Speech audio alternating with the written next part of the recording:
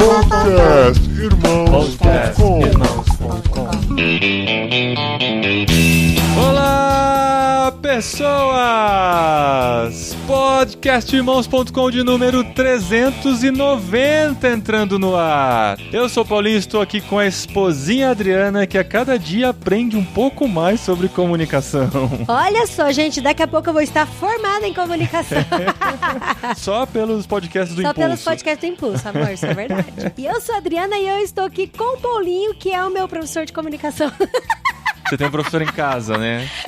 Gente, é muito engraçado. O pessoal fala, mas como pode você estar envolvido com comunicação? Eu falei, gente, eu durmo com o meu professor de comunicação todos os dias. Olha só, que perigoso isso, que fora perigoso, de contexto. Que tenso, né? Que tenso.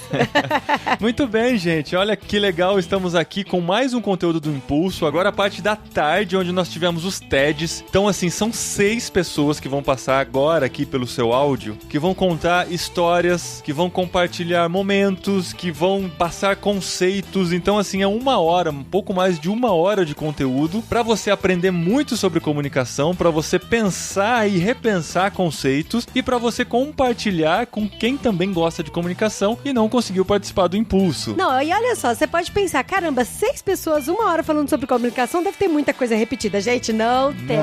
Não. Coisa repetida. Tem assunto, assim como diz o mineiro, para mais de metro. Tem assunto Tem pra mais de muita metro. coisa, gente. Tem fotografia, tem redes sociais, tem jornalismo, tem texto, tem artes. Uhum. Nossa, tem muita coisa boa. E vai muita fazer a coisa gente boa. repensar em muitos conceitos, em muitas coisas que a gente faz sem pensar muito por que faz. Isso faz a gente mudar muito a nossa cabeça, abrir para novos horizontes e tudo aquilo que você já sabe que um podcast faz na sua vida. E antes de você pensar assim, é um assunto muito técnico. O cara vai me ensinar a fazer isso, vai me ensinar a fazer aquilo. Não, gente, não. É tudo muito conceitual. É sobre como a gente utilizar isso para sinalizar o reino de Deus, pra gente dar um highlight nas coisas boas, pra gente comunicar melhor o reino de Deus. É claro que numa mídia de podcast você não tem a reação visual e você não tem muitas coisas que apareceram nas telas lá, mas você vai perceber, eu tentei deixar na edição, só aquilo que você consegue entender sem estar lá presente, sem precisar enxergar. Alguns nomes vão ser citados, se você estiver perto do Google, você pode procurar por alguns fotógrafos e filmmakers que foram citados pelo Luquinhas, por aí vai. Então, assim, vai enriquecer se você conseguir pesquisar sobre aquilo que está sendo falado, mas o conteúdo por si só já funciona muito bem para você mudar aí o seu mindset. Sim, gente, olha só, vamos aproveitar aí pra conhecer muita coisa e não esqueça de divulgar. Tem muita gente que é apaixonada por comunicação, tem muita gente que gosta. Eu acho que assim, eu ouso dizer que todos nós, no fundo, somos comunicadores, né? Porque todo mundo comunica o reino de Deus. Temos que comunicar. Só pra você saber, eu sei que você não vai decorar, mas só pra você saber, tem no post também aí, a ordem das pessoas que vai falar, porque nem todos se apresentam, tá? Então vai começar com o Luquinhas, fotógrafo e filmmaker. Depois tem a Valesca, uma jornalista lá de Santa Catarina, jornalista de TV, que esteve aqui com a gente, deu um testemunho incrível sobre como usar o seu talento e jornalismo dentro da rede de TV que ela trabalha. Tem a Fernanda Terra, que é uma outra ótima comunicadora e fala sobre a crise que ela viveu na formação,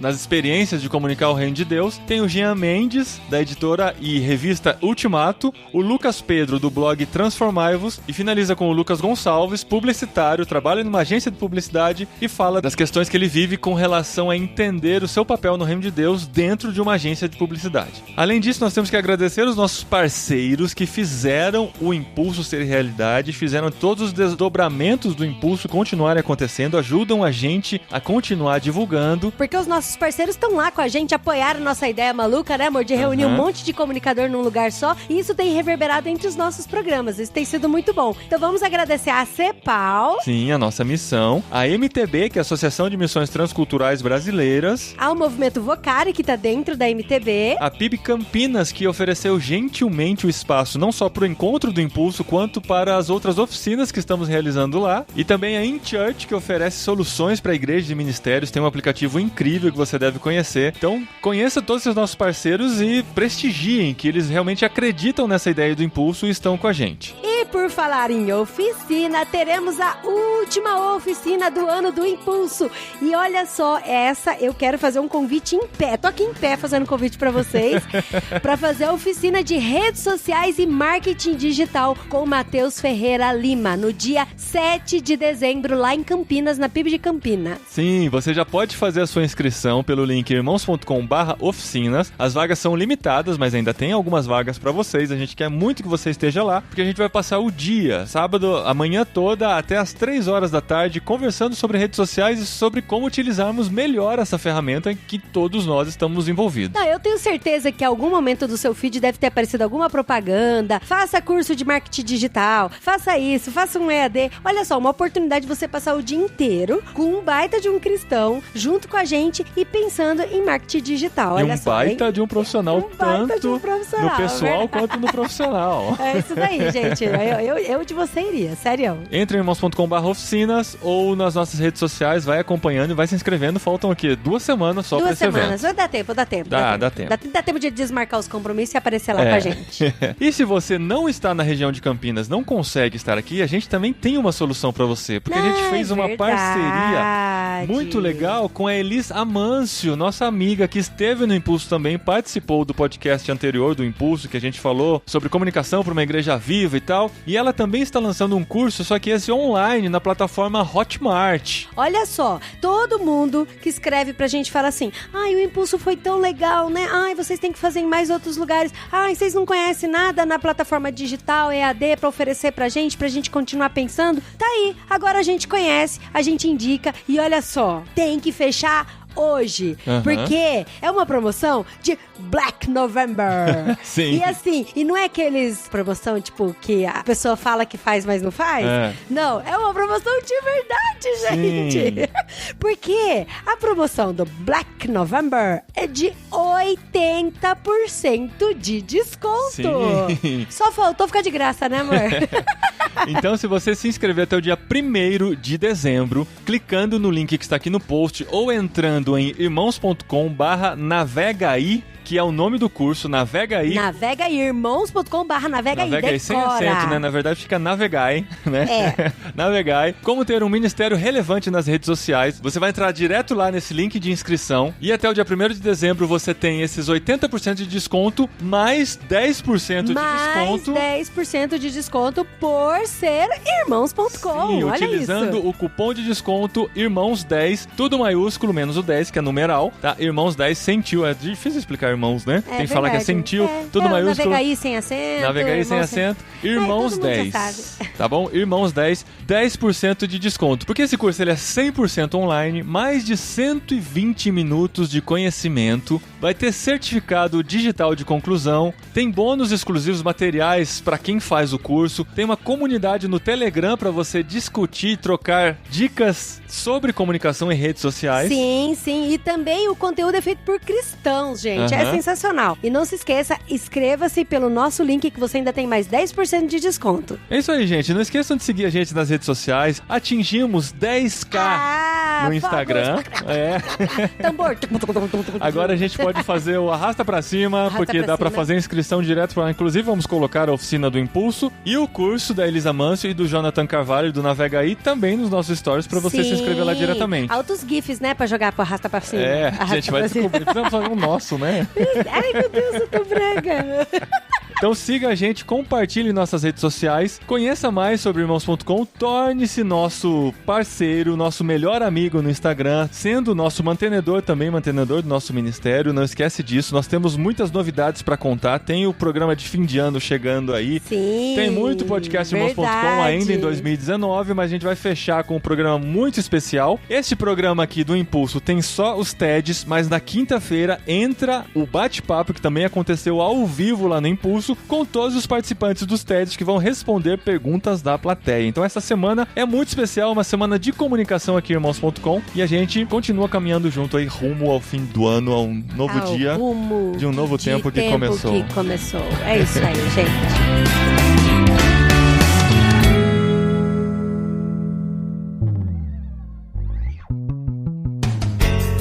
Hoje eu vou falar para vocês sobre a importância do audiovisual, e o audiovisual vocês podem entender como fotografia, como vídeo, como design, apesar de que a nomenclatura correta, que o audiovisual é o mesmo produto que tenha tudo, né, como os games, os vídeos, mas quando eu estiver falando audiovisual, pense na sua área, ou na fotografia especificamente, ou no design, ou no vídeo, e é sobre isso que eu quero falar, sobre a importância do audiovisual na nossa vida e no reino de Deus, para o reino de Deus, e como a gente pode usar e aplicar essa ferramenta para melhorar a vida das pessoas. Vocês provavelmente já viram uma foto parecida com essa em algum culto missionário, antes do pedido de oferta ou antes do apelo, né? Porque essa foto funciona, né? Esse tipo de foto que você vê a mazela, você vê a dificuldade, você vê a pobreza. Esse tipo de foto funciona porque ela conecta com a gente, né? A gente olha para ela, a gente acaba pegando um pedacinho dessa história e vivenciando ali naquele microsegundo que a gente está participando do culto ou da palestra, do evento, e isso nos move a contribuir, nos move a tomar alguma atitude, né? Por quê? Porque a imagem tem poder, né? O poder da imagem. Então, quando a gente consome um vídeo, a gente vê uma foto, aquilo nos muda de alguma forma, aquilo nos atinge de alguma forma, aquilo tem uma ação na nossa vida, né? Pode ser desde uma piadinha que você recebe no WhatsApp, num videozinho tosco de meme que você dá risada, pode ser algo mais sério, pode ser aquela foto, essa foto que eu mostrei agora, que inclusive é do Sebastião Salgado, de uma série dele, que tem até um documentário que é o Sal da Terra, não sei se vocês já assistiram, mas fica a recomendação. Então, voltando ao poder da imagem, né? Perguntando aqui pra vocês agora, quem aqui já olhou pra uma foto e sentiu saudade de alguém que estava naquela foto? Ou sentiu tristeza, ou sentiu uma nostalgia? Quem aqui já olhou uma conta do Instagram, uma foto lá e ficou com inveja daquele corpão, ou daquela viagem que é muito cara e você talvez não tenha dinheiro pra ir? Então, assim, como eu falei, todas as imagens, o audiovisual, ele nos atinge de alguma forma racionalmente e muitas vezes inconscientemente, né? Quem aqui já chorou assistindo um filme, né? O último filme que eu chorei assistindo foi esse aqui, Interestelar. Não sei se vocês já assistiram, mas não é um spoiler dessa cena. Se vocês forem assistir, quando chegar nela, eu tenho certeza que pelo menos uma lagriminha, um suorzinho nos olhos vai acontecer. E tudo isso, voltando, o poder da imagem, né? A imagem tem esse poder de nos atingir, né? É um soco na nossa cara, um soco nas nossas emoções, e isso tanto na foto como no vídeo, né? E por quê, né? A imagem, o audiovisual, ele é tão poderoso porque ele conta a história. Em uma foto, você vê um frame ali rapidinho, você já consegue entender aquele contexto, já consegue ver a situação, você já consegue sentir que seja saudade, nojo, raiva. E às vezes uma frase, até você ouvir aquela frase, até você interpretar aquela frase, ela demora mais tempo do que uma foto. Você olha a foto, você já recebe aquela informação, né? O audiovisual também faz a gente viajar no tempo, né? Quem nunca viu aqui uma foto e lembrou da infância, ou viu um vídeo e lembrou de uma viagem para outra cidade, para outro país? O audiovisual tem esse poder também de fazer a gente viajar no tempo. E por último, o audiovisual também tem o poder de nos conectar, né? Como eu falei, usando aquela primeira foto do Sebastião Salgado, e esse estilo de foto que usam bastante em cultos missionários, ou cultos com um apelo para doação e etc. Que a gente se conecta, mesmo que por um segundo, com o personagem daquela foto, com aquela realidade, com aquela pessoa que está na foto. Então, o audiovisual tem esse poder de conectar, né? Eu sou o Lucas, tenho 34 anos, trabalho como filmmaker e fotógrafo. Eu costumo dizer que hoje eu estou como filmmaker e fotógrafo, mas eu estou aberto aí a sempre novas possibilidades, né? Eu trabalho com artes visuais, né, de modo geral, há quase 20 anos, né? Aparentemente eu sou novo, mas o motor aqui é de 85. Eu já trabalhei em vários tipos de ambiente, né? E isso me ajudou muito na experiência e como eu posso usar toda essa experiência para o que eu acredito, para a mensagem que eu gostaria de passar, nesse caso, para o reino de Deus. Então, por exemplo, eu já trabalhei em agência de publicidade e já acompanhei uma grande banda de pagode por 6 meses na estrada. Já trabalhei em banco como diretor de arte e, pasmem, eu já trabalhei numa igreja também, apesar dessa diferença toda aí. O último emprego formal que eu tive foi numa igreja, que foi a Igreja Batista de Água Branca, IBAB, não sei se vocês conhecem. Trabalhei lá por 1 ano e meio como diretor de criação, diretor de arte, e acabava fazendo parte de audiovisual também. E nos últimos 3 anos, eu comecei a criar conteúdo sobre audiovisual, em podcast, em texto, em vídeo. E isso me deu um sentido a mais, um sentido diferente para minha vida, para minha missão. E compartilhar esse conhecimento é algo que me faz acordar de manhã com uma vontade, com uma empolgação. E esse é um dos motivos que eu estou aqui agora falando com vocês. O audiovisual na igreja acaba se limitando a algumas poucas áreas, né? Por exemplo, o audiovisual ele não é só tirar a fotinho do culto, com a mãozinha para cima ali, desfocado, aquele climinha de worship, né? O audiovisual na igreja não é só fazer uma transmissão da mensagem do pastor no YouTube, não é só gravar aqueles avisos chatos que a gente tem que falar, mas são importantes. E o audiovisual não é só gravar uma live, né, do grupo de louvor como se fosse um clipe, como se fosse um DVD. Isso aí é o que a gente já... é o básico, né? O que a gente, mesmo sem entender nada, é o que a gente pensa logo quando a gente fala de audiovisual na igreja. Mas o audiovisual também, ele é um registro histórico. Isso que eu tô falando não necessariamente no contexto da igreja, é também no contexto da igreja. Então ele é um registro histórico. Quando a gente fotografa os eventos da igreja, por exemplo, a gente está, de certa forma, registrando a história daquela comunidade, registrando a história daquela igreja. Então um exemplo aqui é o Robert Capa, o fotógrafo clássico aí, que cobriu a Segunda Guerra Mundial, e ele fotografou o dia D, né, o desembarque das tropas aliadas na Normandia, né. Mais perto da gente, a gente tem o Alexandre Ur, que é um fotógrafo amigo meu, que ele fotografa a cidade de São Paulo. E a cidade é algo que muda muito rápido. Um dia tem um prédio, outro dia o prédio já não existe mais. Um dia tem um grafite, outro dia não tem mais esse grafite. E ele registra, com as suas fotos de rua, todo esse crescimento e essa mudança da cidade que a gente não percebe porque a gente está no meio disso. A gente está vivendo isso daí, a gente acaba não percebendo essa mudança, né? E quando a gente vê as fotos dele, a gente percebe como que a cidade muda todo dia. E isso é um registro histórico, algo mais próximo da gente, né? Inclusive tem um podcast que eu gravei com ele. Depois procurem no Spotify por Alexandre Ur, que aí vocês vão poder ouvir a história dele. O audiovisual também é um projeto social. Você pode usar isso de uma forma social que você consiga mudar a realidade das pessoas vulneráveis, das minorias e coisas do tipo, né? Então vou dar um exemplo aqui. SP Invisível, não sei se vocês conhecem esse projeto. Eles fotografam moradores de rua e contam a história desses moradores, que são histórias invisíveis, que as pessoas nem imaginam, né? No site deles, no Instagram e tal, já tem livros e tudo mais. E eles usam esse tipo de fotografia, tipo de história, não só para ganhar uma mídia com a dificuldade do outro, com a pobreza, né? Como muitos fotógrafos fazem. Eles também usam isso para mudar essas realidades. Então eles têm várias histórias, pessoas que mudaram de vida, moradores de rua, que saíram das ruas, casaram, tiveram filhos, estudaram. Isso você também pode ouvir num podcast que eu gravei com eles, tem no Spotify, só buscar por SP Invisível. Então essa é uma forma de você usar o audiovisual no reino de Deus através de projetos sociais, né?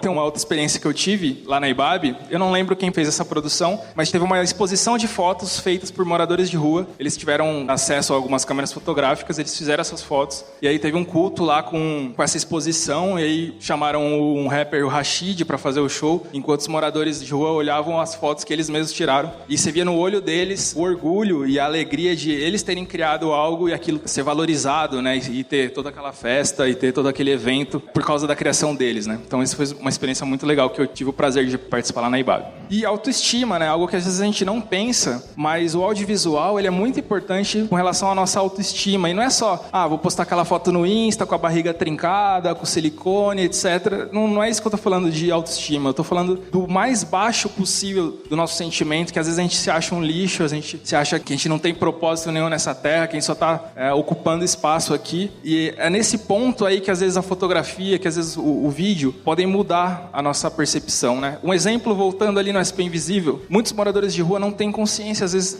da sua imagem na sociedade. Às vezes, eles só são um objeto que está vivendo ali no meio do caos. E quando eles olham para uma foto deles, eles têm aquele sentimento de, nossa, eu existo, essa imagem é minha. Inclusive, quem tem filho aí sabe que tem um momento que o filho começa a se reconhecer no espelho, né? E esse lance da imagem começa a fazer sentido na cabeça dessa criança, e com pessoas em situação de vulnerabilidade, moradores de rua, é o processo contrário, né? Eles acabam sendo apagados pela própria mente. É muito curioso isso. Mas vou usar um exemplo aqui. Tem um fotógrafo gringo, americano, chamado Jeremy Cowart, uma das minhas referências, né, em fotografia. Ele criou esse projeto que é o Hell Portrait, que eles fotografam, eles juntam fotógrafos e maquiadores e tal, e fazem uma sessão de fotos com pessoas de comunidades carentes ou cidades que tiveram algum desastre natural e coisas do tipo. E eu participei de uma versão brasileira desse projeto, e é muito, muito legal ver. É uma senhorinha de 70 anos, morando em um cômodo, num bairro totalmente afastado e esquecido, se olhando ali, vendo aquela foto. E ela nunca tinha visto uma foto dela. Imagina, 70 anos e nunca ter se visto em uma foto. E a gente vive hoje num momento de... Nós da classe média urbana, né? A gente vive um momento de banalização da imagem, né? Todo mundo tira um monte de foto, a gente fica rolando no Insta lá, em um segundo a gente viu mais de 100 fotos. E pra gente, às vezes, pensando assim, a gente não tem esse pensamento em relação à imagem, né? Pra gente é tudo muito saturado. E aí você pega do outro lado uma senhorinha, um morador de rua que em 70 anos se viu pela primeira vez numa fotografia. Então é uma dicotomia aí com relação à imagem, como a gente se vê e como isso tem influência total na autoestima.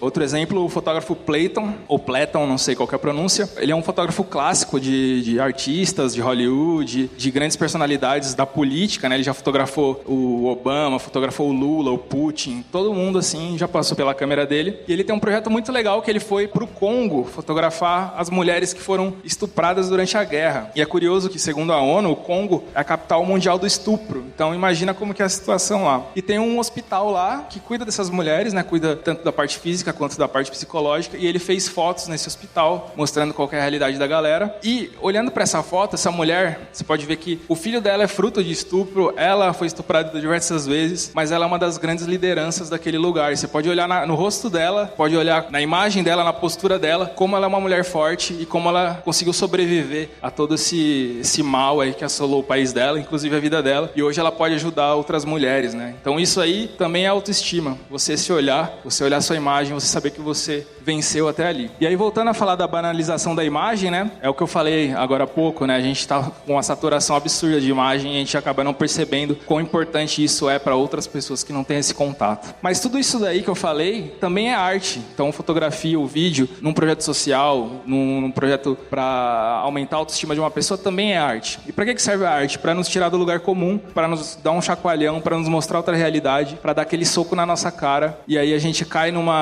faz sentido algumas coisas pra gente, a gente percebe outras realidades. E tudo isso que eu falei, a gente pode resumir também como uma forma de arte. Agora, para não sair daqui sem uma parte prática, né, para vocês, o que a gente pode fazer no nosso contexto, né, na nossa igreja, no nosso dia a dia? O que eu posso sugerir para vocês, além de todas essas referências que eu passei, falando de fotografia como ferramenta, né, no reino de Deus? O que a gente pode fazer? Um exemplo, acolher os nossos voluntários da igreja, né? Então, o voluntário, ele é um irmão da gente ali, da comunidade. Muitas vezes ele está com uma dificuldade, muitas vezes ele está sem emprego, muitas vezes ele está se divorciando. E o audiovisual é um pretexto para reunir essa galera em volta de um tema principal ali, de uma função. E aí, com isso, você consegue ajudar essas pessoas, você consegue abraçar. Isso foi um case bem legal que a gente teve lá na IBAB e que ainda rola hoje. O tratamento dos voluntários é algo muito, muito forte lá, né? Como que eles são acolhidos e tudo mais. Então, isso é algo que vocês podem dar bastante atenção na realidade de vocês. Outra coisa, ensinar uma profissão. O audiovisual é uma profissão que você pode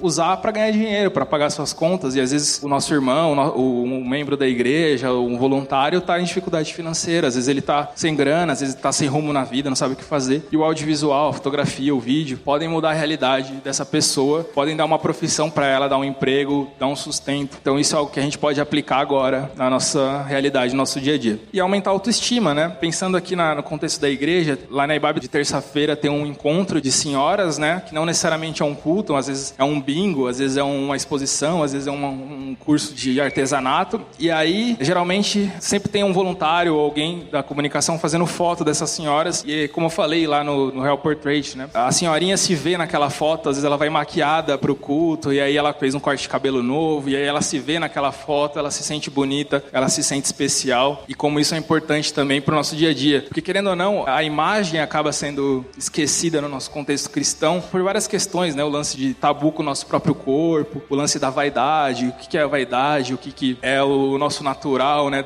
Como a gente se enxerga e como esses mundos se chocam. Então, é importante também a gente pensar nisso quando a gente está trabalhando com audiovisual dentro da igreja. E por último, o mais simples, talvez mais óbvio, é o embalar a mensagem, né? Isso já foi discutido hoje na parte da manhã, o lance da forma, usar a mensagem, né, do evangelho e como embalar isso, se é de uma forma ou de outra, mas o audiovisual é fundamental para você embalar essa mensagem, que seja desde uma transmissão ao vivo, um vídeo, um vlog, que seja uma videoaula. Então isso é algo que você pode aplicar agora, se na sua igreja ou no seu contexto vocês não usam o audiovisual como ferramenta, vocês podem pensar a partir de agora, além daquilo que eu falei de foto do culto, transmissão, mas dá para criar videoaula, dá para criar conteúdo, dá para criar podcast, dá para criar um monte de coisa usando o audiovisual para isso. E aí eu queria deixar um desafio para vocês, que é pegar tudo isso que eu falei, todos esses insights, todas essas ideias e aplicar o mais rápido possível na realidade de vocês, pode ser numa igreja, pode ser no seu próprio dia a dia. E eu tenho certeza que isso vai ser incrível, vai mudar ou a sua vida, ou vai mudar a vida das pessoas que estão envolvidas nisso, né? Tem até uma expressão clássica aí, de que quando alguém atira numa outra pessoa, essa pessoa que atirou também morre, né? E no caso da fotografia, que também em inglês, o shoot, né? A mesma palavra para atirar. No caso da fotografia, eu acredito que a gente vive mais quando a gente fotografa, quando a gente filma alguém e que a gente muda a vida dessa pessoa. Então eu tenho certeza que vai ser especial para vocês, se vocês aplicarem isso que eu falei, vocês podem mudar a vida de alguém, a realidade de alguém. E depois voltem e falem comigo se deu certo, se não deu, como que foi. Obrigado por me ouvirem aqui, espero que eu tenha agregado alguma coisa na vida de vocês. E aí nesse meu site também vocês encontram os vídeos, podcasts e tudo que eu crio de conteúdo. É isso aí, muito obrigado, valeu.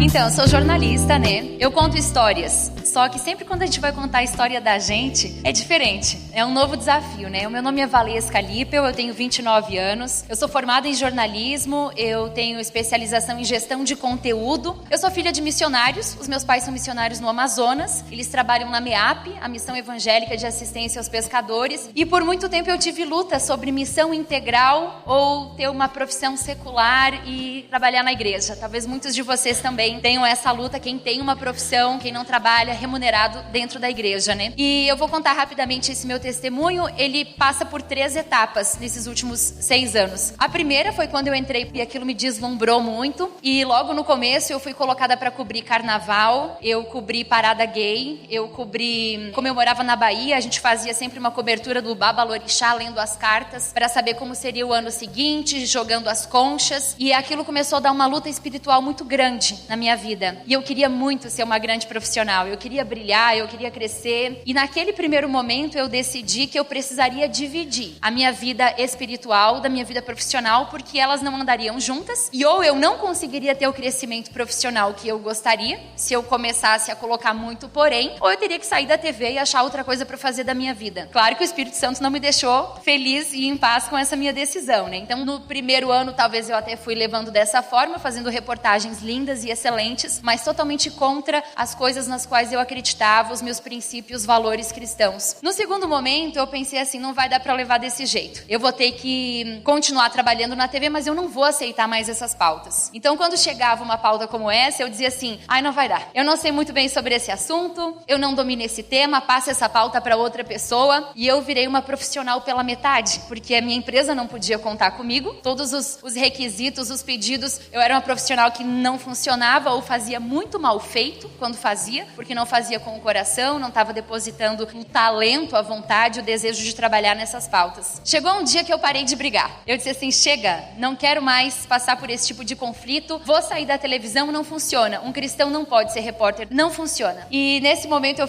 conversei com a minha família, eles estiveram de apoio, disseram, tudo certo. Se a tua vida espiritual está sendo afetada pelo teu trabalho, sai, porque o mais importante é o teu caminho com Deus, do que a televisão. Mas fizeram uma oração naquele dia comigo, de que eu de fato conseguisse colocar em primeiro lugar o reino de Deus e todas as outras coisas seriam acrescentadas. E nesse período, eu comecei a de fato colocar Deus em primeiro lugar. Todas as pautas que eu recebia, eu fazia, mas eu pensava, como eu posso evangelizar através dessa reportagem na tela da televisão? Esse era o meu foco principal. Eu já sabia que eu ia ser demitida mesmo por esse caminho, né? E, gente, aí o milagre aconteceu. A coisa começou a florescer de uma forma, né? As possibilidades começaram a aparecer. Eu fui transferida de uma emissora bem pequena em Santa Catarina. Eu me tornei repórter de rede, que é a repórter que faz as matérias nacionais. E eu vou dizer pra vocês o que mudou. Mudou que o foco não é mais a pauta, não é mais a reportagem. O foco é Cristo e é o Evangelho. Ah, mas como é que você vai fazer isso? Como é que você vai falar? Hoje eu faço questão de querer a pauta da parada gay. Eu faço questão de querer a pauta no terreiro. Eu faço questão de querer as pautas mais complicadas. Em primeiro lugar, porque nós como cristãos temos muita dificuldade de acessar esses lugares. E com o microfonezinho a gente entra e sai facilmente. E é lá que nós precisamos ser luz. E a gente não só entra num evento, como a gente é bem recebido, bem-vindo e vai no seio, na organização, nas pessoas que estão ali nos bastidores fazendo aquilo tudo acontecer. Como pessoa, eu quero ser luz nesses lugares e é assim que eu entro nesses lugares. Em segundo lugar, porque se eu não fizer essa reportagem, outra pessoa vai fazer. E vai ser um colega que vai jogar muitos confetes, que vai fazer parecer lindo aquilo que é contra os princípios e valores cristãos. E nessa pauta, eu tenho o poder de racionalmente descrever o que está acontecendo, sem enfeites, sem incentivos, mas falando da realidade de um acontecimento e tentando mostrar outros ângulos, outras possibilidades. É um compromisso meu pegar essas pautas mais difíceis e poder, de uma maneira séria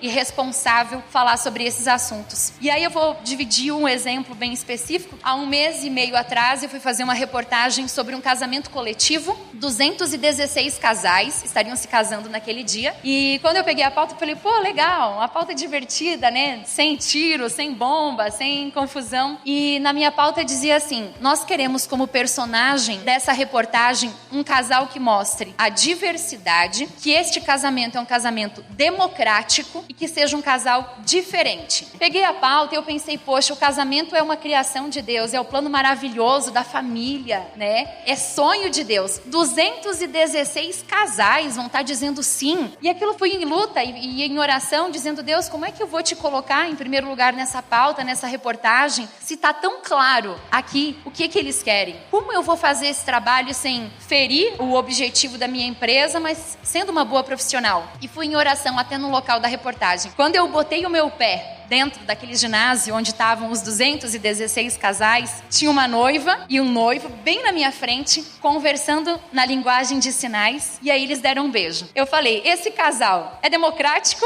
é diferente, é diversificado, e mais do que isso, a gente poderia fazer uma reportagem linda sobre como o casamento é um sinal, como não precisam palavras para demonstrar o amor. O casal poderia dar um beijo na nossa reportagem e a gente estaria falando do amor, aquilo que a gente acredita e vive, o amor de Cristo na vida das pessoas, cumprindo o que estava na minha pauta. Enfim, esse é um dos exemplos, dos muitos exemplos que a gente vive no dia a dia da profissão. E isso foi num sábado. No domingo, quando eu fui pra igreja, eu entrei e aí o pastor da minha igreja, ele falou, eu vi a reportagem do casal que falava em Libras, ali, o casal surdo. Eu aposto que tu era pra fazer uma entrevista com outro tipo de casal, né? Ele falou assim, eu sei o que tu tá passando. E esse apoio espiritual que eu tenho da minha igreja, na minha profissão, também é muito importante. E aí eu volto lá pro comecinho, quando eu falei que a minha família trabalha integralmente em missões no Amazonas, eu trabalho integralmente em missões. E chegar a essa conclusão de que a minha vocação encontrou o meu trabalho é o que mais me dá paz. Para fechar, eu gostaria de dizer para vocês que cada um pode encontrar e entender o seu lugar estratégico. E às vezes leva um tempo, às vezes a gente erra. Se vocês pesquisarem o meu nome, vocês vão encontrar no YouTube as reportagens que eu fiz antes de entender essa missão que eu tinha, que eu tenho. Pode ser que em algum momento mude a gestão. Pode ser que em algum momento alguém olhe para mim e perceba, e é perceptível, que as minhas reportagens falam de amor, que elas têm um olhar diferente do que as dos meus colegas. Quando esse dia chegar, pode ser que eu perca o meu trabalho, pode ser que eu perca a minha profissão, mas nesse dia eu vou dizer, lutei o bom combate, acabei a guerra e guardei a fé. O Papai do Céu vai cuidar do dia seguinte. Espero que esse meu depoimento sirva de inspiração também para que você no seu trabalho, na sua profissão, consiga honrar e colocar Deus em primeiro lugar e todas as outras coisas serão acrescentadas.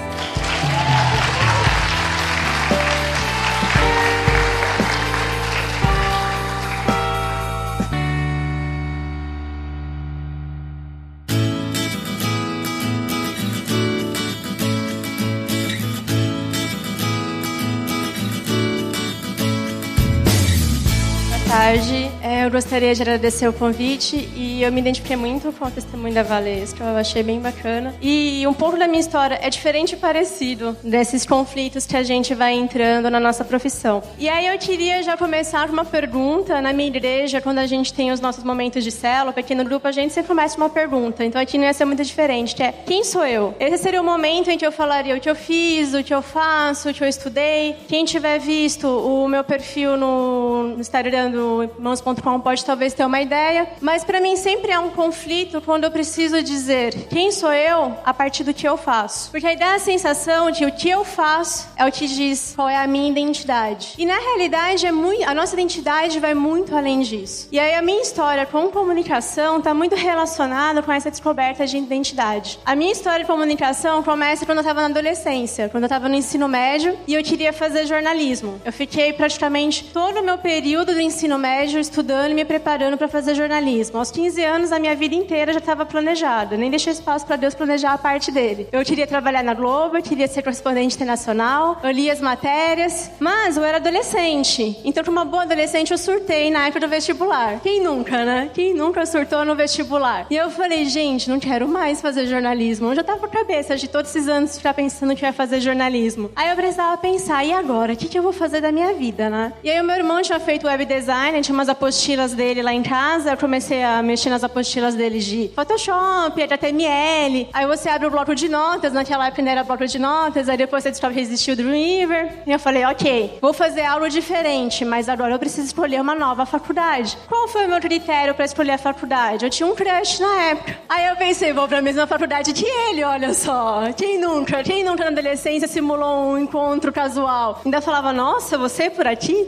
Não é? E aí eu tive, mas pelo menos eu tive o bom senso de olhar os cursos que a faculdade oferecia, né? Eu ia para a mesma faculdade que ele, mas não ia fazer o mesmo curso. Aí um nome me chamou a atenção, que foi design digital. Eu olhei, gostei da grade, gostei das matérias e falei, é esse, eu vou lá. E no primeiro dia de aula eu vou achar o crush. O que aconteceu? A gente estudava em campos diferentes. Ele estudava no campus de exatas e eu no campus de artes. Mas como eu sou nerd, eu esqueci o crush e comecei a me envolver com o curso, graças a Deus, né? E eu comecei a gostar muito do curso de design digital e faculdade de artes. É uma Disneylândia, querendo ou não. É aula de pintura, é aula de desenho, é visita em gráfica, enfim. Mas as coisas não saíram conforme planejado. Depois de um ano de faculdade, eu precisei deixar o curso. E pra mim foi um momento muito difícil, porque a minha família enfrentava uma situação financeira muito difícil. Eu não conseguia mais pagar, eu não conseguia bolsa. Eu tentei todas as formas possíveis, algum tipo de bolsa, não consegui. E aí eu tive que deixar o curso. E foi um período que eu não estava trabalhando. E aí, depois de um bom tempo, eu consegui fazer um técnico para poder aprender as ferramentas e ter um portfólio. E aí eu comecei a entender que eu tinha muitos planos. Na minha adolescência, eu tinha já minha vida toda traçada. Mas a gente começa a descobrir com a nossa vida que prevalece a vontade de Deus. E aí, quando eu tinha já um portfólio, eu comecei a procurar trabalho e eu caí nesse universo EAD, Educação à Distância. E aí eu cheguei lá na entrevista, o rapaz até falou, aqui não é agência, tá? Falei, bom, dá pra eu pagar as contas? Beleza, a gente vai. Só que é educação corporativa. E a educação corporativa, ela é bem diferente da educação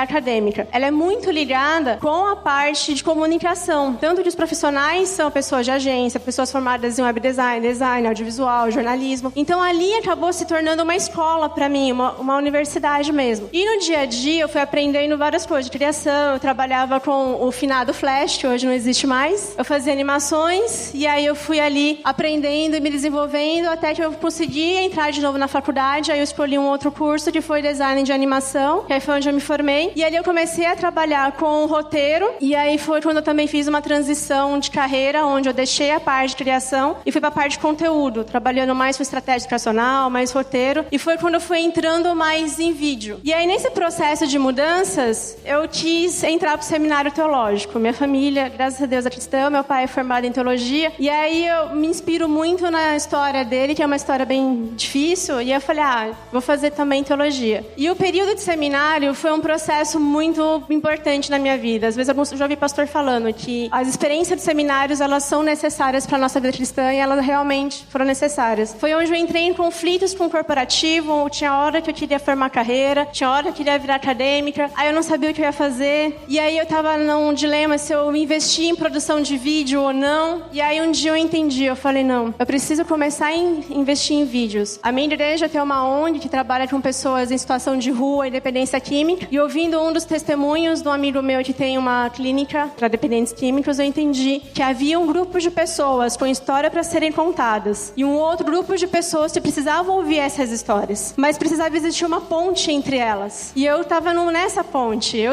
seria a pessoa que ia comunicar essas histórias e essas realidades. Então, eu comecei a trabalhar com missões urbanas, gravando no pátio do colégio, onde a ONG faz trabalho, gravando na clínica, gravando pessoas com vulnerabilidade social. E aí eu comecei a me desenvolver em vídeo, na captação, porque quando você começa sozinho, você é uma equipe, né? Não tem mais ninguém. Aí você e só você mesmo, e ali e os tutoriais no YouTube, que graças a Deus eles existem para nos ajudar. E aí depois disso, eu comecei a entrar numa outra crise, que foi no ano passado, porque a empresa que eu trabalhava, ela começou a ter uma quantidade de projetos muito grande, redução de equipe para variar, e eu não estava dando conta, eu não conseguia fazer as coisas aqui de ministério, nem as coisas de missões. Aí eu falei, Senhor, eu preciso de uma resposta. E aí foi quando eu comecei a entender, eu acho que o meu tempo no mundo corporativo está se encerrando. Mas eu não pensava em nenhum momento trabalhar integral no ministério. Até o começo desse ano, onde foi muito interessante como eu, com a minha igreja, comecei a trabalhar lá, eu recebi um convite para trabalhar integral, mas a conversa começou em fevereiro e até eu entrar foi julho, mas ao mesmo tempo que eu comecei a conversar com a minha igreja, que é a Batista do Povo em São Paulo, eu comecei a conversar com o Comunicando em Cristo, com a Alessandra Alessandra, que ela e o marido dela, o Marcelo, são os responsáveis. Foi um casal de amigos, inclusive, que me falou do Comunicando. E foi muito legal, porque em muitos momentos eu me sentia sozinha nesse universo, de gravar essas histórias e pensar, não é possível que não tenham outros profissionais com esse mesmo coração. E aí eu fui conhecendo, comunicando, conversando e vendo que eles têm esse propósito de realmente comunicar Cristo e oferecer uma comunicação de qualidade, num valor acessível para igrejas, organizações missionárias. E aí eu entrei na parte de produção audiovisual, com um foco um pouco mais de roteiro, mas a gente também nessa vida faz outras coisas, às vezes eu edito, faz adaptação e tudo mais. E nesse processo de igreja e com Comunicando, eu fui entrando numa outra realidade do meio cristão. Eu fui com eles para uma conferência sobre tradução da Bíblia em Paraná. Eu recentemente fui para Brasília pela minha igreja para visitar um casal de missionários que estão indo segunda-feira para uma tribo indígena. E todo esse universo de outras realidades, do transcultural, da igreja, de missão, me fez começar a entender algo muito importante da nossa trajetória, que é a identidade. Por muito tempo eu queria fazer, mas na realidade eu não entendia que quando Deus me tirava de alguns lugares eu queria ir, é porque Ele queria me ensinar a ser. E essa é a confusão que a gente faz em relação à identidade. Nós somos criados à imagem e semelhança de Deus, mas o pecado corrompeu a nossa identidade. Só que em Cristo a gente pode resgatar, e a gente consegue resgatar a nossa identidade de filhos, a nossa identidade de servos. E a partir que a gente vai entendendo a nossa identidade, a gente sabe que existe um propósito, que é proclamar Cristo. Eu gosto muito de um texto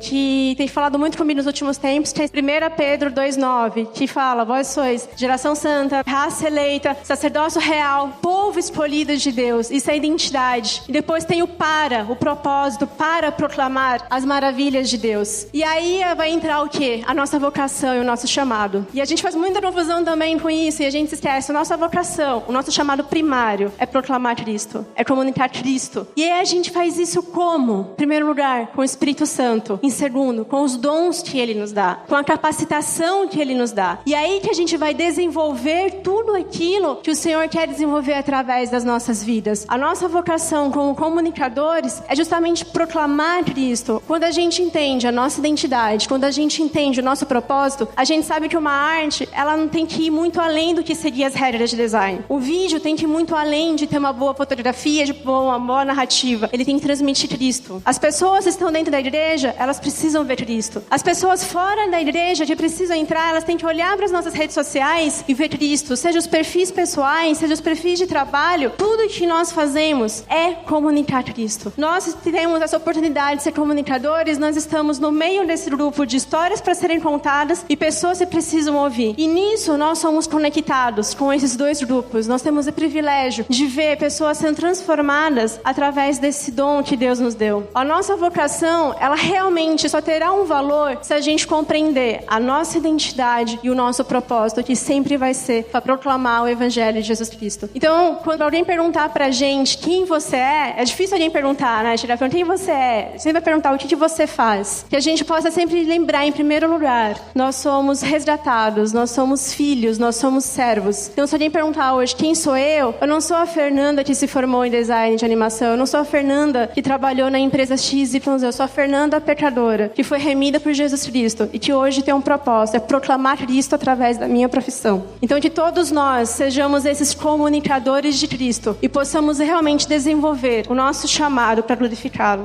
Amém? Obrigada.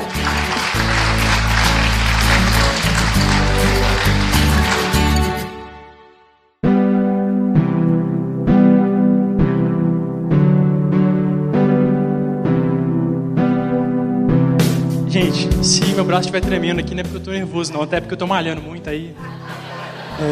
Então, gente, meu nome é Jean, eu sou de Minas Gerais. Vou falar a cidade que vocês não conhecem, mas eu moro em Viçosa já há 6 anos. Viçosa é a sede da editora Ultimato. Eu quero contar para vocês um pouco da história da Ultimato. E são mais de 50 anos de história, então vou ter que ser bem sucinto no que eu vou falar. Quem conhece a Ultimato aqui? Quem já ouviu falar, já leu algum livro, revista, site? Eu acho que quase todo mundo, né? Que legal. A ideia da Ultimato começou em 1960, com o pastor Elben César, que eu não sei se vocês já ouviram falar também, mas ele faleceu em 2016. E ele era um pastor presbiteriano, ele era missionário também, então ele era enviado para várias cidades para para poder plantar igrejas, e ele tinha ido para São Paulo para plantar uma igreja lá em São Paulo. Como ele era muito curioso, ele gostava muito de história e ele tinha uma veia muito jornalística, assim, os líderes da igreja presbiteriana do Brasil pediram para que ele pesquisasse a história das mídias de comunicação que existiam na igreja presbiteriana, os jornais da época, né, os jornais mais antigos cristãos no Brasil. E ele começou a pesquisar e ele viu que esses jornais, todos eles eram jornais evangelísticos, eram jornais que foram criados por missionários que vieram dos Estados Unidos, e eles criaram então jornais para evangelizar, mas que naquele momento os jornais que existiam cristãos eram denominacionais, metodista, batista, e eles falavam mais para a igreja, falavam de coisas relacionadas à denominação, à igreja, e não tinha nenhum órgão de mídia cristã na época, em 1960, que tivesse o intuito de evangelizar. Então isso incomodou ele durante muito tempo. Ele começou a pensar, por que não fazer alguma coisa, né? E daí ele entrou em contato com pessoas importantes da época, pessoas influentes da igreja, pessoas que estavam no governo e cristãos assim, em geral, perguntando o que eles achavam disso. E todas as pessoas incentivaram ele, falaram para ele fazer, e aí ele ficou muito animado. Passados alguns anos, ele saiu de São Paulo, voltou para Minas Gerais, e numa cidade do interior lá, Barbacena, ele começou então um jornal de 8 páginas chamado, ou melhor, não vou falar o nome, vocês já sabem, mas eu vou contar a primeira história de como que o nome surgiu. Esse é o casal que fundou o Ultimato, então, o reverendo Elben, faleceu em 2016, e a esposa dele, Dejanira, que está viva ainda. Ele já tinha então a ideia do jornal concebida, ele conseguiu pessoas para escrever, e desde o começo o Ultimato era um jornal não denominacional. Então ele tinha pessoas batistas, metodistas, presbiterianos e de várias outras denominações que escreviam para o jornal. Mas ele não tinha um nome ainda. E geralmente escolher um nome é a coisa mais difícil, né? A gente tem ideia, sabe o que fazer, sabe qual que é o público, mas não consegue achar um nome legal. E aí ele tinha conseguido um programa de rádio em Barbacena, ele iria falar lá. A rádio não tinha programa evangélico, apenas programa católico. Então ele preparou o texto, e no dia que ele foi para gravar na rádio, o dono da rádio chegou para ele e falou: olha, infelizmente eu não vou poder deixar você falar mais, porque o padre que faz o programa católico falou, se o protestante for fazer, eu saio. Só que esse padre era deputado também. E ele falou, poxa, eu tenho que ficar do lado do povo, né? Se eu perco o padre na minha rádio, vai ficar ruim para mim. Então, infelizmente, eu recebi esse ultimato. Aí o reverendo Elben ficou triste, ficou indignado, né? Assim, sem saber o que fazer, mas beleza. Foi para casa, chegou em casa, ficou pensando, o que eu vou fazer agora? Já tinha avisado para várias igrejas que ia ter o programa de rádio, tava todo mundo esperando, o que eu vou fazer? E daí, de repente, ele pensou, poxa, ele me deu um ultimato. Tá aí um bom nome pro jornal. E daí veio o nome, então, Ultimato, que tem tudo a ver com a ideia da editora, que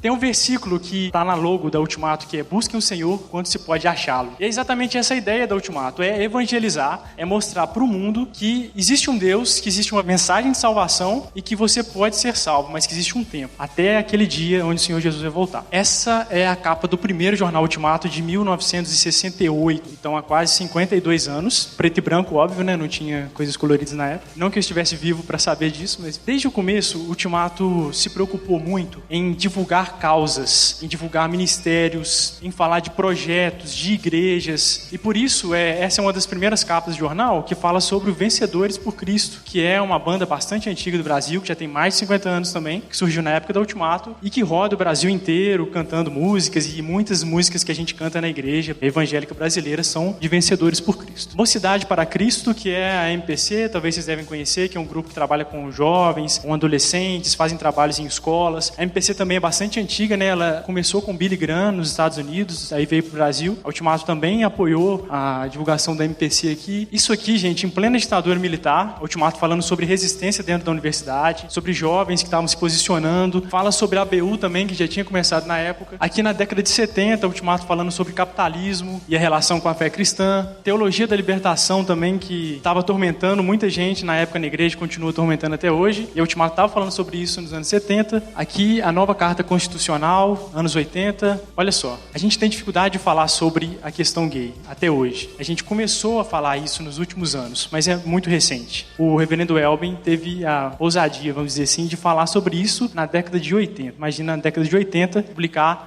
aí já era revista, não era jornal mais, uma matéria de capa sobre a questão gay. É claro que sim, ao tocar em assuntos polêmicos, assuntos que a igreja não gostava de falar, que a igreja achava que não precisava falar, a Ultimato recebeu muitas críticas. E como, desde o primeiro jornal, eles colocaram um espaço de cartas, onde qualquer leitor poderia mandar cartas, e essas cartas eram publicadas, independente se elas fizessem críticos ou não. Então, é possível você ver que tem muitas críticas, muita gente criticando, falando que, até hoje, que a Ultimato uns falam que é conservador demais, outros falam que é marxista, que é comunista, o pessoal acha que o Lula trabalha lá na Ultimato, coisas do tipo, mas faz parte, né? Se você quer falar sobre assuntos que são tabu, mas que são necessários de ser falados, você tem que saber que você vai enfrentar críticas, não tem jeito. Outra coisa, a gente publicou recentemente no Facebook um texto que saiu na revista Ultimato há uns 2 meses atrás sobre o meio ambiente. A gente já tinha resolvido que ia fazer essa revista no final do ano passado, sobre o meio ambiente. E aí, coincidentemente, a revista lança e aí tem os incêndios na Amazônia. E aí as pessoas vieram atacar a gente no Facebook, falar que a gente estava aproveitando a ocasião para falar da Amazônia, para criticar o Bolsonaro e coisas do tipo, que não tinha nada a ver, que a Ultimato evita ao máximo fazer esse tipo de coisa, embora ela dê oportunidade para as pessoas falarem, se posicionarem. A empresa não se posiciona nesse sentido e foi uma coincidência mesmo. E acontece isso, né? A gente está lidando com a internet, que é uma coisa relativamente nova. Esse é um desafio também para a Ultimato, porque a revista ela circula a cada 2 meses, então a gente tem mais de 1 mês para preparar as matérias, para escrever, para refletir sobre os assuntos, para discutir pautas e tal. Mas com a internet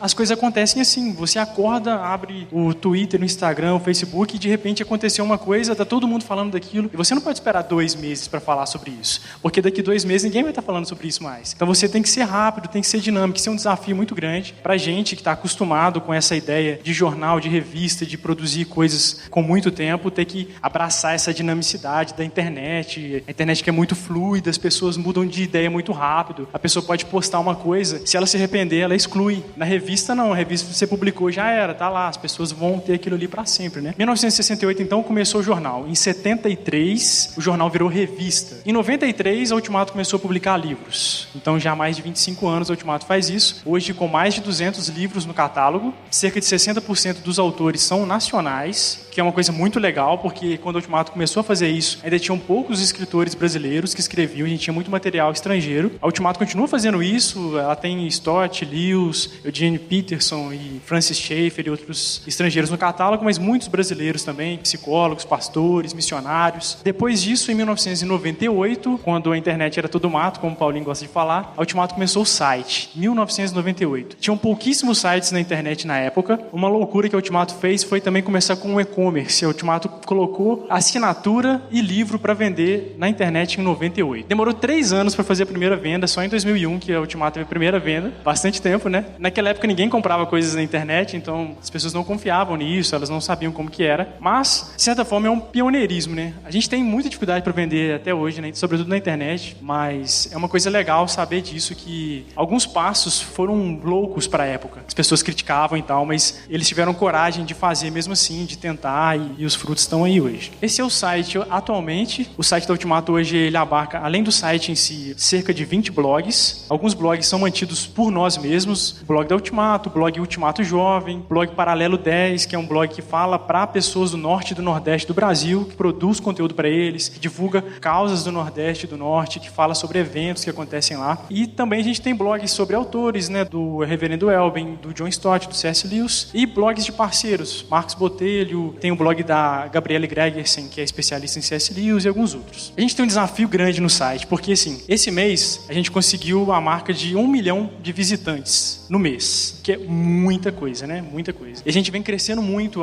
desde 2017 para cá, só que a gente tem um problema, porque cerca de 70% das pessoas que acessam o site da Ultimato fazem pelo celular e pelo tablet, só 30% fazem pelo computador, e o nosso site foi feito para computador. Ele é um site antigo, ele não se ajusta tão bem às novas plataformas e a gente precisa mudar isso. A gente tem trabalhado nisso há muito tempo, mas o banco de dados do site é enorme. A gente tem um acervo de revistas que você pode acessar lá desde 1998. Fora os livros e artigos, a Ultimato publica também estudos bíblicos, a gente tem mais de 300 estudos bíblicos publicados, devocional diária, notícias e várias outras coisas. Como é possível uma empresa cristã chegar a 50 anos e agora já quase 52 anos de idade? Vendendo livros, que é uma coisa que no Brasil não é tão fácil de fazer, porque produzir livro aqui é caro e as pessoas não têm tanto hábito de leitura, e você produzir revista, o que é muito difícil porque as pessoas não leem revista mais, a gente sabe disso, e falar na internet, que também é complicado porque todo mundo tem Facebook, todo mundo tem suas plataformas, as pessoas podem falar, porque as pessoas vão querer procurar o Ultimato para falar. Fazem isso na página delas, onde elas têm muitos seguidores, talvez até mais que a gente, quem sabe. Então é um desafio, mas a gente acredita muito em duas coisas, que a Ultimato conseguiu chegar a essa idade por causa da providência de Deus, porque tudo foi difícil, sempre foi difícil. A Ultimato começou sem dinheiro e continua ainda, por incrível que pareça. E no começo, vivia muito de doação. Durante vários anos da editora, não tinham funcionários, era apenas o Reverendo Elben, a esposa dele e as 5 filhas que faziam tudo, que escreviam os textos, que datilografavam fotografavam, que despachavam por correio, que saíam viajando para tentar conseguir assinaturas. E foi assim durante muito tempo. Eles demoraram muito tempo para pensar que eles poderiam fazer anúncios na revista, colocar publicidade. E foi assim, sem experiência, sem conhecimento, com pessoas que não têm formação na área, mas que foram aprendendo, fazendo, foram pegando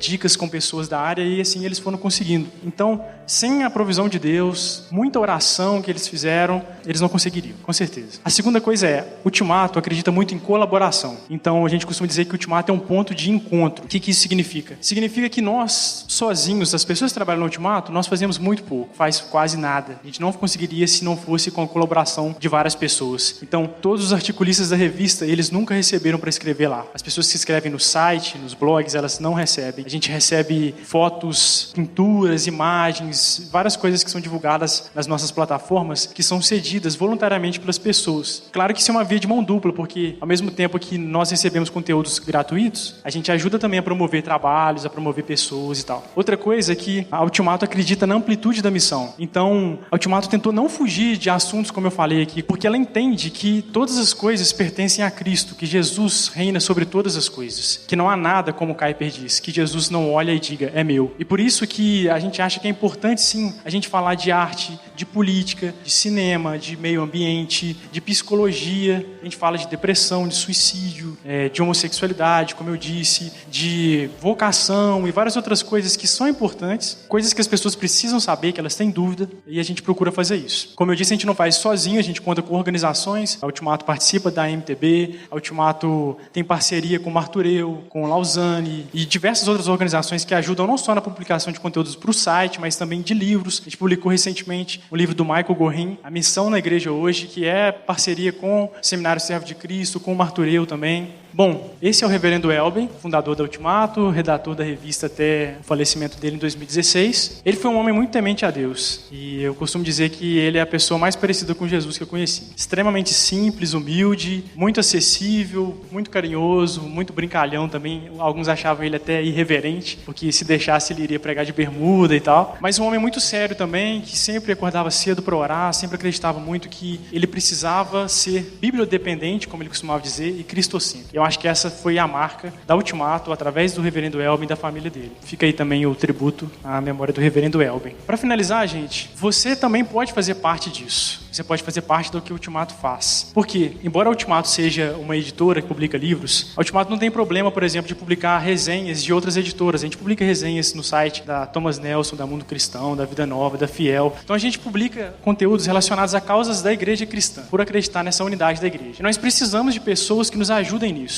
Então, nós estamos abertos a receber mais pessoas para ajudarem, para produzirem notícias. Então, se você escreve notícias, se você participa de eventos, se você é fotógrafo, se você é designer, se você é pintor, músico ou qualquer tipo de conteúdo que você produza, nós estamos abertos para receber esses conteúdos na Ultimato, na revista, no site. Quem sabe até um livro, né? Então, se vocês tiverem interesse em colaborar com o Ministério do Ultimato, vocês podem me procurar. Vocês podem também falar com o Paulinho e com a Adri, porque eles estão cientes disso.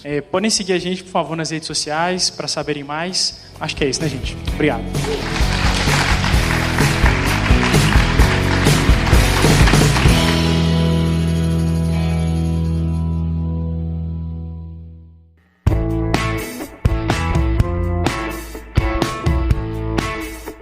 Boa tarde. Eu fiz essa imagem em 2004 e essa imagem teve uma repercussão grande na internet, muito mais do que meus blogs e os meus textos. Ela já foi usada em todo tipo de material evangélico gospel que vocês imaginam. Caneca, caneta, encontro, congresso. E eu nunca ganhei um centavo por isso. Pois é. Eu não sou bom com marketing, apesar de trabalhar com marketing. O fato é que, por conta dessa imagem, eu migrei o meu blog, que era só um blog para contar coisas da minha vida, para um blog para contar coisas da minha vida de um ponto de vista cristão, o blog Transformai-vos. Nesses 15 anos, eu aprendi algumas coisas importantes que eu gostaria de compartilhar com vocês. Por exemplo, quando a gente fala público de fora, eu aprendi que no Brasil, a gente está falando, na verdade, com um público de fronteira. O que é um público de fronteira? Um público de fronteira, ele pode se dividir, falando um pouco aí de estratégia de marketing, de comunicação, ele se divide em duas personas. Primeiro, uma pessoa que está dentro da igreja, sentindo um forte e permanente desejo de sair. um forte senso de despertencimento com o modo de vida evangélico, com a pauta evangélica, com o discurso evangélico. Esse é um dos públicos para o qual eu tenho falado. Ela sofre uma tensão permanente para sair. É muito fácil para mim escrever, porque eu sempre fui esse cara. Eu frequento uma igreja presbiteriana desde meus 6 anos de idade, sempre com um pezinho para fora, sempre com uma vontade de não mais estar dentro desse gueto, dentro dessa cultura particular evangélica. Um outro público, a outra persona para o qual eu converso, e é um dos meus maiores orgulhos de conseguir conversar e dialogar com essas pessoas pelo blog Transformai-vos, é a pessoa que está fora da igreja, mas sente uma tensão para entrar. Por isso que eu chamo esse público de fronteira. Essas pessoas são espíritas kardecistas, budistas filosóficos, ateístas espiritualistas, desigrejados. Acho que vocês entendem, né? Acho que vocês se relacionam com essas pessoas, são seus parentes, são seus amigos. Dificilmente no Brasil você tem alguma pessoa que você possa dizer mesmo, essa pessoa é de fora, ele é ateu, ou ele é firme em outra religião que não professa de forma nenhuma a Cristo. Por exemplo, eu me relaciono muito com espíritas. Se você pressiona eles, eles não conseguem negar que Cristo é o Filho de Deus. Católicos nominais que não vão à igreja, na missa, há décadas, mas se dizem cristãos. Evangélicos nominais, tem até tatuagem escrito Jesus, mas não vai à igreja faz 200 anos. Essa é a realidade do Brasil. Quando a gente fala de se comunicar e de criar conteúdo para fora da igreja, você está, na maior parte dos casos, falando de se comunicar com esse público de fronteira. Vocês concordam com isso? Estou de acordo? Não é um achismo meu só apenas? É isso, não é? Esse pensamento binário de dentro ou fora, 0 ou 1, não existe, na verdade. É um degradê, são 50 tons de cinza, pelo menos, que nos divide entre aqueles que estão dentro da igreja e fora da igreja. Uma outra coisa que acontece é que muita gente está dentro da igreja, mas não sabe nada da própria fé. E ela está dentro da igreja, você tem que evangelizar ela com leite e beabá. E às vezes ela já está há 20 anos dentro da igreja. E tem pessoa fora da igreja que manja muito de teologia, que manja muito das divisões que existem entre nossas categorias evangélicas. Um exemplo público disso é o Pondé, filósofo pop, que manja muito da fé cristã. Muito mais do que muito evangélico que está há décadas dentro da igreja. E ele é ateu. Bom, e aí eu fiquei pensando, como que é um conteúdo de fronteira para um público de fronteira? Por conta dos 15 minutos que eu tenho, eu tive que fazer um trabalho de síntese muito grande, pensar e tirar vários atributos que fazem parte de um conteúdo de fronteira. E quando eu falo de conteúdo de fronteira, eu quero que você pense no seu texto, no seu vídeo, na sua imagem, no seu podcast. Pense em tudo que você pode produzir e pense que você pode construir um conteúdo de fronteira para esse público de fronteira. E aí vem os atributos que eu julgo que são essenciais e que fazem parte de retornos que eu tive no blog nesses 15 anos. O primeiro deles, e tem a ver com aquele processo de apresentação, desenvolvimento e conclusão, esses 3 atributos que eu vou falar. O primeiro deles, que é um atributo de apresentação, é que esse conteúdo precisa ser empático. Urgentemente precisa ser empático. Mas empático com o quê, Lucas? Empático com a cultura, empático com a sociedade, empático com as ciências, empático com as artes, empático com a metodologia científica, empático com a vida. Esse público de fronteira, ele se sente atraído quando ele percebe que o seu conteúdo não é anti-mundo, não é contra o mundo, não é um conteúdo de guerrilha contra ele que está lendo que está assistindo o seu vídeo. É preciso que ele entenda que você que produziu o conteúdo e ele que está consumindo o conteúdo vivem no mesmo mundo e que você gosta desse mundo, que você gosta de ir ao cinema, que você gosta de ir ao teatro, que você é cristão dentro da igreja e fora da igreja e que você celebra uma vida comum. Esse público de fronteira é carente de um conteúdo cristão que seja empático. Em segundo lugar, e aí tem a ver com o desenvolvimento do seu conteúdo, é importante que você deixe bem claro que você é uma pessoa lúcida, que você não é um alienado, que vive dentro de uma subcultura que não funciona, que as estratégias e as técnicas que funcionam lá dentro não funcionam fora. Eu preciso deixar a minha modéstia de lado nesse momento e dizer que um dos elogios que eu mais recebi nesses 15 anos, e que, na verdade, o que mais me agradou, basicamente se resume resume na seguinte frase: obrigado por sua lucidez. E eu não estou falando isso para me gabar, eu estou falando isso para reforçar esse atributo. E o que é ser lúcido? Ser lúcido quer dizer que você, com o seu conteúdo, você mostra que você está tentando entender esse mundo complexo que a gente está vivendo. Que você não está se fechando, que você está no mundo. Primeiro, que você é empático com esse mundo.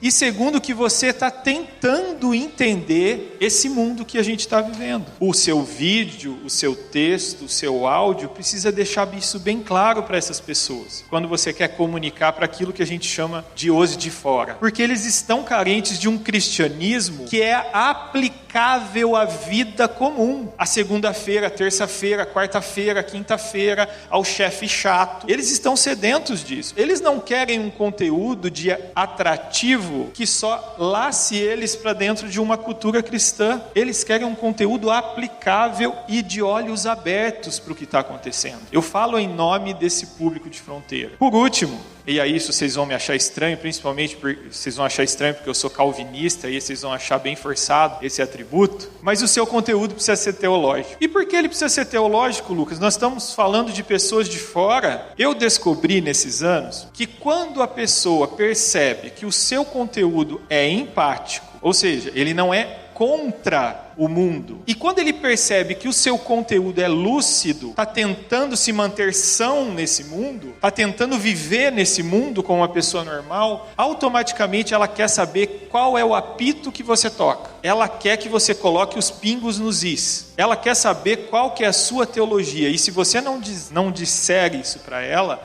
ela vai te stalkear. Ela vai pesquisar a sua vida até encontrar qual é a sua teologia. E é claro que a pessoa comum não vai falar de teologia, mas ela vai querer saber assim, peraí, o que esse cara pensa sobre isso? O que o fulano acha daquilo? E o seu conteúdo precisa entregar. Então, recapitulando, o seu conteúdo, e isso é uma proposta, tá? Uma proposta de atributos que eu captei nesses 15 anos de blog. O seu conteúdo precisa ser empático, precisa se desenvolver de modo lúcido aqui na vida, na sua vida, que seja funcional para quem está na faculdade, que seja funcional para quem está no trabalho, que seja funcional para quem está na rua, para quem está numa família destroçada, que é o que mais nós temos. Ele precisa ser lúcido e no final ele precisa que você diga, a minha fé é essa aqui. Se você queria os pingos nos is, se você queria saber qual raio de apito eu toco esse aqui. É esse apito que eu toco. Eu acredito, e esse é o meu impulso, e essa é a minha energia para continuar escrevendo mensalmente. Eu acredito que esse é o conteúdo que pode convencer essas pessoas que estão na tensão para sair da igreja, para continuar na igreja e dar frutos dentro da igreja e ser luz dentro da igreja. E esse é o conteúdo que pode pegar essas pessoas que estão ali flertando com a fé cristã e trazê-las para dentro da igreja. Obrigado.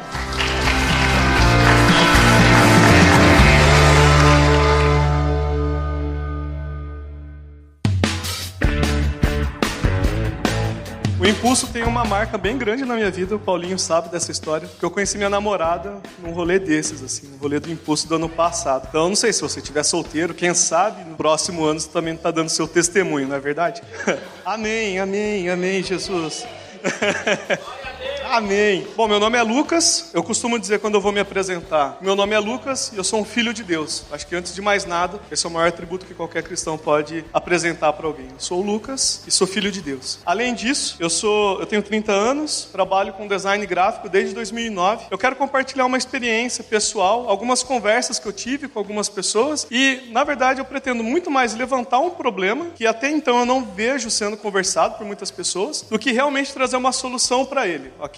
Quem sabe no próximo Impulso, ou quem sabe em outras conferências sobre comunicação, alguém se propõe a solucionar o que eu quero trazer para vocês, ok? Então é o seguinte, eu trabalho numa agência de design gráfico, aliás, uma agência de publicidade, a gente trabalha com toda a questão de comunicação, a gente desenvolve campanhas, a gente desenvolve identidade visual, a gente faz agenciamento de produção de conteúdo, etc, etc, etc, ok? Nós fomos procurados por uma grande rede de supermercados, tem algo em torno de 50 lojas, um supermercado bastante grande, na verdade. Nós fomos procurados por eles porque eles queriam que nós fizéssemos uma campanha para eles, ok? Quando a gente foi fazer a nossa reunião de brainstorm, o mote geral da nossa conversa foi: cara, vamos fazer isso dessa forma porque vai gerar mais venda. Vamos fazer isso dessa forma porque isso vai conduzir ao consumo. Vamos fazer tal coisa daquela forma porque isso, com certeza, vai estimular o desejo de compra no consumidor, no cliente do nosso cliente. A grande questão é que o cliente do nosso cliente é classe C para baixo. É um pessoal bastante pobre. E o pensamento geral da reunião foi: de fora a fora, vamos estimular a compra, vamos estimular o consumo. Vamos fazer, em um dado momento, uma das pessoas da nossa reunião falou assim: vamos fazer com que ele deixe a aposentadoria dele aqui com a gente. Um detalhe que eu esqueci de contar para vocês, bem importante. A nossa agência é basicamente composta por pessoas que cresceram na igreja. Em tese, todos receberam educação cristã, ok? Por que você acha que a gente estava tendo esse tipo de pensamento na nossa reunião? Talvez por uma noção de compromisso, será? Será que a gente não queria pensar isso, mas a gente pensava porque a gente era obrigado a pensar isso? Será que a gente estava desejando uma coisa mais nobre, mas a gente foi forçado a desejar o lucro do nosso cliente, mesmo que isso custasse todo o salário do mês do cliente dele? Não era por compromisso. Definitivamente não era por compromisso. A gente queria fazer uma campanha que produzisse no consumidor do nosso cliente o desejo de deixar a aposentadoria dele lá, a aposentadoria essa que serviria para comprar remédios, comida e etc., seu sustento mensal. Não por um senso de obrigação, mas porque a gente tinha incutido na nossa mente, no nosso coração, que se o nosso cliente lucrar muito, de tabela nós lucramos muito também. E se nós lucramos muito, tendo dinheiro, o que a gente tem? A gente tem poder. Tendo dinheiro, a gente pode construir a felicidade que a gente quer. Tendo dinheiro, eu posso comprar o que eu quiser. Comprando o que eu quiser, eu imagino que eu posso ser feliz. O que está por trás desse pensamento, gente? Idolatria. Isso que está por trás desse pensamento. Idolatria. Eu confiar em alguma coisa mais do que eu confio em Deus. Sabe, às vezes a gente ouve os nossos pastores falando no domingo sobre o pecado, sobre a queda, sobre os efeitos permanentes da queda, e a gente ouve isso no domingo. Quando a gente chega na segunda-feira para trabalhar, a gente esquece que na nossa segunda-feira o domingo está fazendo efeito ainda. A gente esquece que a queda, a idolatria, a corrupção do ser humano está presente em todas as nossas ações, inclusive numa reunião de brainstorm, onde nós deveríamos pegar uma estrutura que Deus criou naturalmente boa e dar uma direção boa para ela. Perceba que o problema não é a comunicação. O problema não é a publicidade, não é a propaganda. O problema não tem nada a ver com a estrutura. A estrutura, inerentemente falando, é boa. O problema estava sendo a direção que nós estávamos dando para aquilo. Comunicação, basicamente, tornar alguma coisa comum, certo? A etimologia da palavra, o pé da letra, basicamente tornar coisas comuns. Quando eu vou tornar alguma coisa comum, eu posso escolher o que eu quero tornar comum. Eu posso escolher o que eu vou deixar palpável para mim e para outra pessoa, certo? Por que nós escolhemos tornar palpável um desejo de compra e não um benefício, por exemplo? Não foi por senso de compromisso. Foi porque nós queríamos sugar daquela pessoa, como se ela não fosse uma pessoa, mas sim um objeto, o nosso benefício, o nosso bem-estar. Em última análise, qual que é a diferença entre nós e um estuprador? As proporções são bastante diferentes, eu concordo. Se você objetou isso na sua mente, eu concordo 100%. Mas percebe como a estrutura das ações foram as mesmas? Nós não estávamos nos importando com a pessoa. A gente não estava se importando com a vida diária dela. A gente não queria falar para ela assim: olha, viu? Se você fizer tal coisa, você consegue ter a sua compra do mês e ainda sobra um dinheiro para você passear com sua família, por exemplo. Ou você consegue fazer XYZ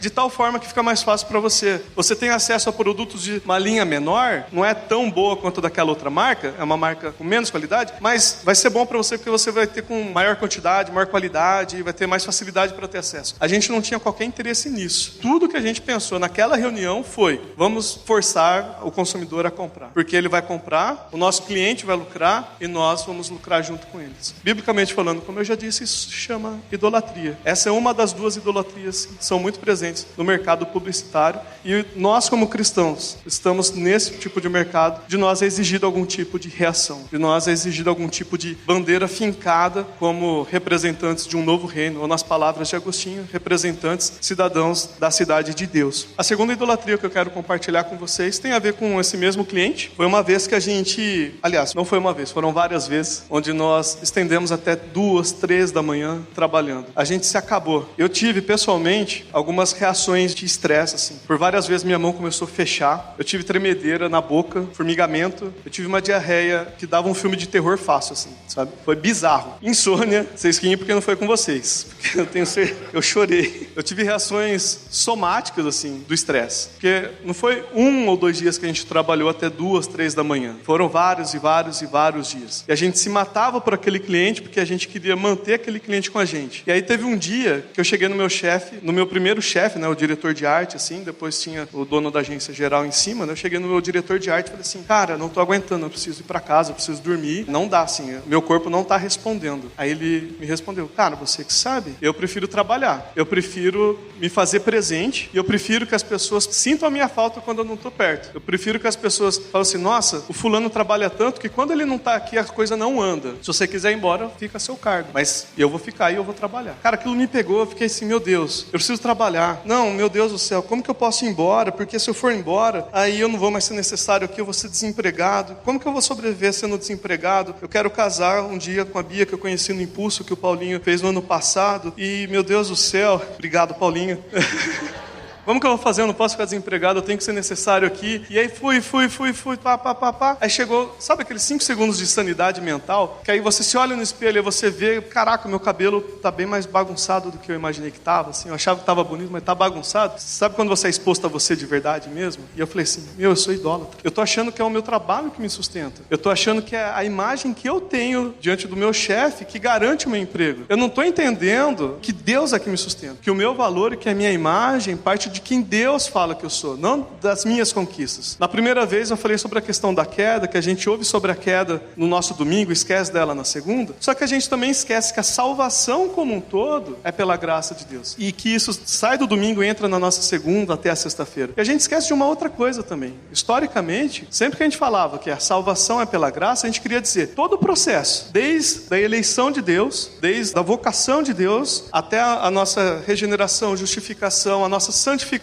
e a nossa consumação lá na eternidade, todo esse processo é pela graça de Deus. Não tem uma parte disso que assim, isso aqui Deus faz, agora o resto eu tenho que fazer. Isso aqui Deus faz, isso eu faço, isso aqui Ele faz de novo, isso aqui a gente faz junto. A salvação é pela graça, todo esse processo salvífico é pela graça. E a salvação é abrangente. A salvação não tem a ver com simplesmente a minha alma chegar no céu. A salvação tem a ver com o meu coração ser redirecionado para Deus e isso influenciar todo o resto da minha vida, inclusive o meu trabalho, inclusive o meu medo de ser ou não despedido do meu trabalho. A gente hoje em dia tem essa ideia de que a salvação é pela graça e a gente costuma imaginar que essa salvação é simplesmente o ato de conversão e o resto é outra coisa. Mas não, toda a salvação é pela graça. Toda a salvação ser pela graça implica que, inclusive, a imagem que o meu chefe tem sobre mim não se dá a partir dos meus próprios méritos. O valor que eu tenho dentro da minha empresa não se dá pelo desempenho do que eu estou fazendo, pelos prazos que eu cumpro ou pela qualidade do que eu estou entregando. Se dá porque Deus morreu na cruz, em Jesus Cristo, no meu lugar, e por isso eu tenho valor. Eu não preciso ter medo de perder o meu emprego se eu não fizer hora extra com os meus amigos do trabalho, porque o meu valor não está nisso. O seu valor não está nisso. Nós somos o que nós somos porque Deus fala, vocês são meus filhos. Pronto, acabou. Percebe como o meu medo de perder o emprego por causa dessa ideia de valor, dessa ideia de importância, dessa ideia de, eu preciso ser um pilar aqui na agência, revela idolatria no meu coração? Esses dois casos de querer tirar dinheiro a todo custo do consumidor do meu cliente e esse segundo caso de querer trabalhar feito workaholic, como se o meu valor dependesse disso, essas duas coisas revelam uma única pra gente. Nós somos facilmente expostos à idolatria de achar que o nosso conforto, a nossa alegria, o nosso futuro, a nossa segurança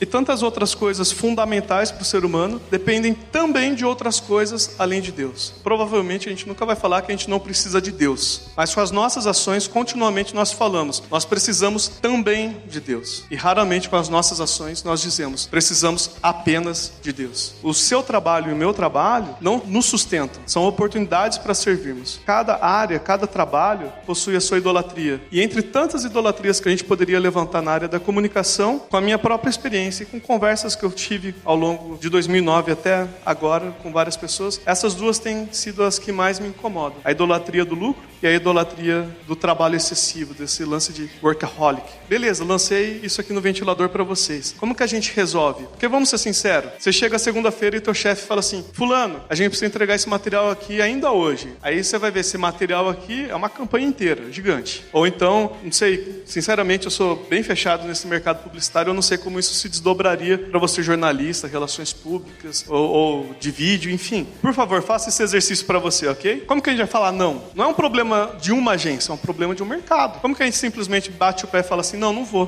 Como que a gente resolve esse problema? Como a gente, sendo cristão, reflete a luz de Deus nesse ambiente com as suas idolatrias específicas? Fundo do meu coração, eu não sei te dizer. Eu queria te convidar a pensar nesses problemas comigo, porque eles dizem respeito diretamente a todos nós e a missão que Deus tem pra gente. O fato é, o seu trabalho não te define, o seu trabalho não define o seu valor, e o seu trabalho não define a sua segurança, o seu conforto, o seu futuro, ou a alegria sua ou da sua família. Quem faz isso é Deus. Nós precisamos acreditar nisso de todo o nosso coração.